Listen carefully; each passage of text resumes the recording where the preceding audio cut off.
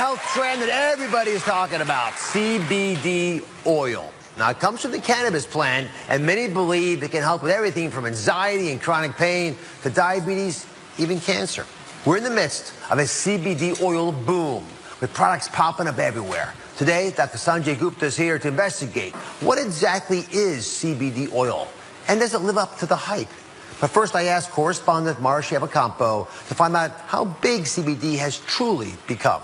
CBD. If you haven't heard of it yet, you probably will soon. The natural herb is taking the health world by storm, with sales of the new supplement expected to grow 700% in the next 2 years. Wow, you just see great review after great review. I mean, people seem to love this stuff. 4,000 reviews.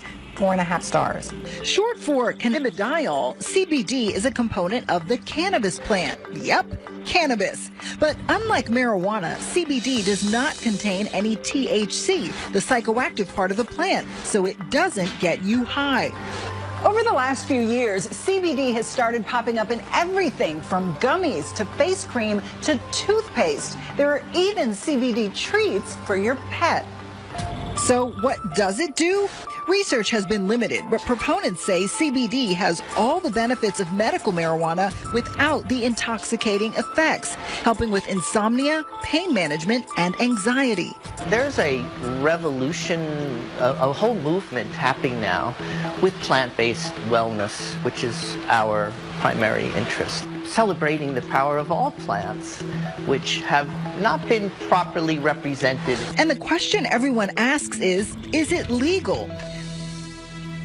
Dr. Sanjay Gupta, CNN's medical correspondent, the chief one, and has reported on the latest research behind CBD. So, you know what, break this down for everybody. I'd like to take your thoughts on what it really is so people can get this into their heads. Well, you think about the cannabis plant, marijuana, it's called cannabis. It really has lots of different ingredients, but two primary ones. One is THC. That's the stuff that's the recreational drug. It's what gets people high, gives them that euphoria. And there's CBD, which is cannabidiol. It's something that doesn't cause a psychoactive component. It's believed to be a medicine. It's been used as a medicine in decades past, and it's getting this resurgence, as you just heard. So just to be clear, we've talked about medical marijuana in the past. This is not that, right? CBD oil is being sold all over the place. You take the plant and you can pull out certain components of it. So you're just, in this case, you're pulling out the CBD component and you're just using that. And therefore, you're not getting all those other effects that people often associate with marijuana. Which is why I think 47 states so far have said we're okay with it. How is the medical community using CBD oil? This is fascinating to me. I mean, if you would have asked this question 5 years ago, it would have basically been crickets. Nobody was really talking about it.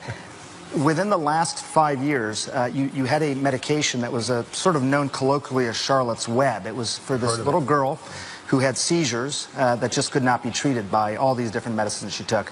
Her mom essentially started taking CBD herself in her kitchen sink and giving it to her daughter. That is what was known as Charlotte's Web. Within 5 years, it's gone from being that idea to now an FDA-approved drug in this country. That's fast. That's never really happened that quickly. The government has approved one CBD oil for one indication. Yes, and this is from the plant. This isn't synthesized in some lab. This is CBD that's actually coming from the plant, from the botanical.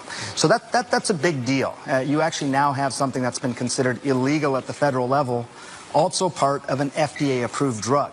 That's what we're dealing with in this country. Can you guys wrap your heads around this? This is part of the disconnect, right? The federal government says it's not legal.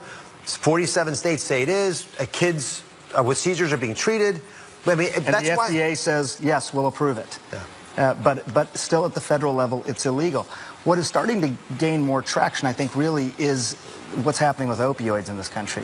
What they found, Dr. Oz, was that in several states that had approved CBD legislation, they saw their opioid prescriptions start to go down. So that's an area the medical community is really, really focused on.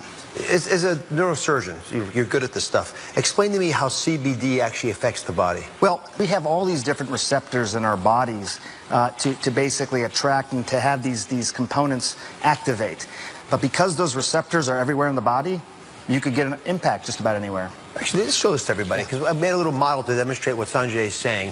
CBD produces so many effects throughout the body based on the fact it can bind to receptors in so many of our different organs, right? Places as far away as the intestinal tract and your arm and your spinal column up into your brain. And that's why people say it helps them alleviate pain, right? Maybe help with seizures. It's a pretty serious problem for a lot of folks. Anxiety, pretty common problem that we don't want to treat if we don't have to. Even withdrawal from medications, maybe even the opiates that Sanjay mentioned. Okay. But think about that. People think it can do so many things because of the CBD oil that is in there. It's touching so many parts of our body. And I love your thought that we evolved as species because we had access to these natural plants, and they understandably can affect us. That's right. And the receptors started to evolve in our body as well. We even started making our own form of CBD in our body. But sometimes it's not enough, just like other things aren't enough in our body, and that's why some people seem to get benefit. So the question